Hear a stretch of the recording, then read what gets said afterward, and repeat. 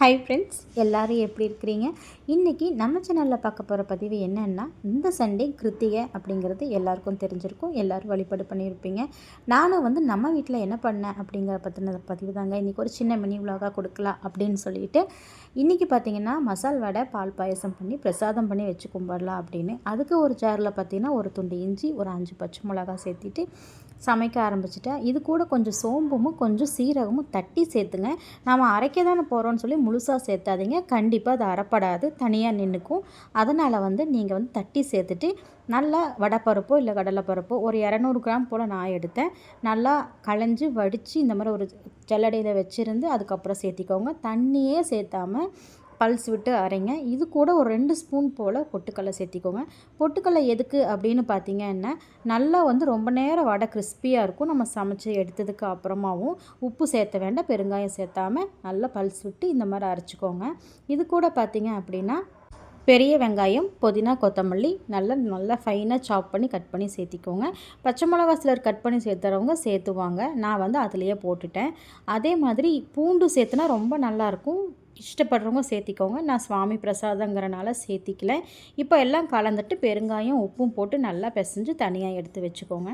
அதுக்கப்புறமா ரொம்ப ஈஸியான வேலை பால் பாயசம். ஜவ்வரிசியும் சர்க்கரையும் கொதித்து வரும்போது நம்ம பால் தேவைங்கிற அளவுக்கு பால் சேர்த்தி நல்லா இந்த மாதிரி கரண்டி போட்டு மீடியம் ஃப்ளேமில் வச்சு கிண்டி விடுங்க. அப்போ நல்லா ஒரு சுண்டா காய்ச்சி எடுக்கிற மாதிரி எடுக்கும்போது பால் பாயசம் நல்லாயிருக்கும்.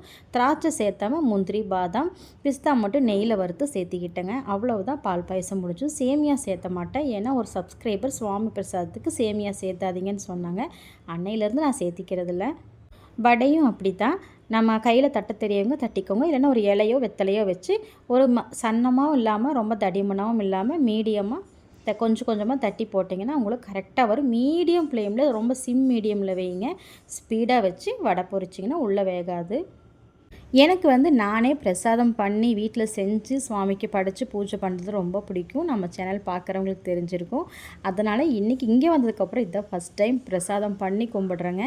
அதுக்கப்புறமா அபிஷேகத்துக்கு பார்த்திங்கன்னா ஸ்டார்ட் பண்ணிவிட்டேன். ஃபஸ்ட்டு தேன் விட்டு அபிஷேகம் பண்ணேன். நான் இன்றைக்கி 3 பொருள் எடுத்துக்கிட்டேன். தேனும் விபூதியும் பாலும் எடுத்துக்கிட்டேங்க.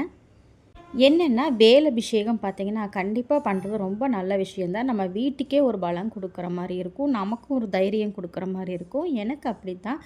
அபிஷேகமும் பார்த்திங்க அப்படின்னா அதே மாதிரி அபிஷேகம் பண்ணும்போது நீங்கள் 1, 3, 5 எத்தனை பொருள் வச்சு பண்ணாலும் சரிங்க, ஒவ்வொரு வாட்டியும் வேலை சுத்தமாக கழுவிட்டு க்ளீன் பண்ணிவிட்டு அடுத்த அபிஷேகத்தை நம்ம தொடங்கணும். இப்போ தேன் முடிஞ்சதும் விபூதி ஸ்டார்ட் பண்ணிவிட்டேன். இப்போவும் நம்ம மஞ்சள் குங்குமம் வச்சும் பூ போட்டு நீங்கள் என்ன சொல்லி வழிபாடு பண்ணுவீங்களோ என்ன வேணால் சொல்லி வழிபாடு பண்ணலாம்.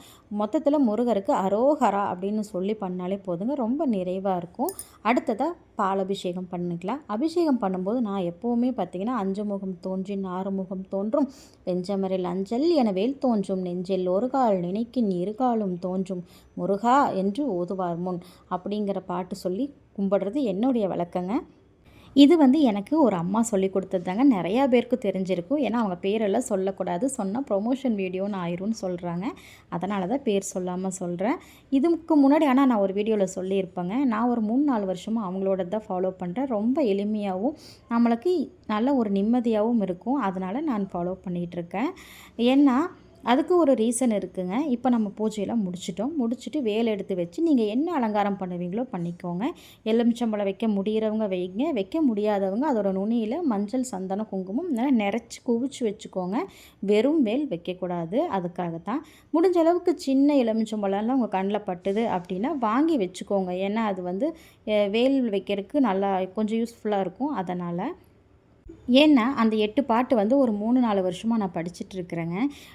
ஒருத்தவங்க சொன்னாங்க எனக்கு, நீங்கள் நம்ம நிறைய பேருக்கு இந்த மாதிரி நடந்திருக்கும்.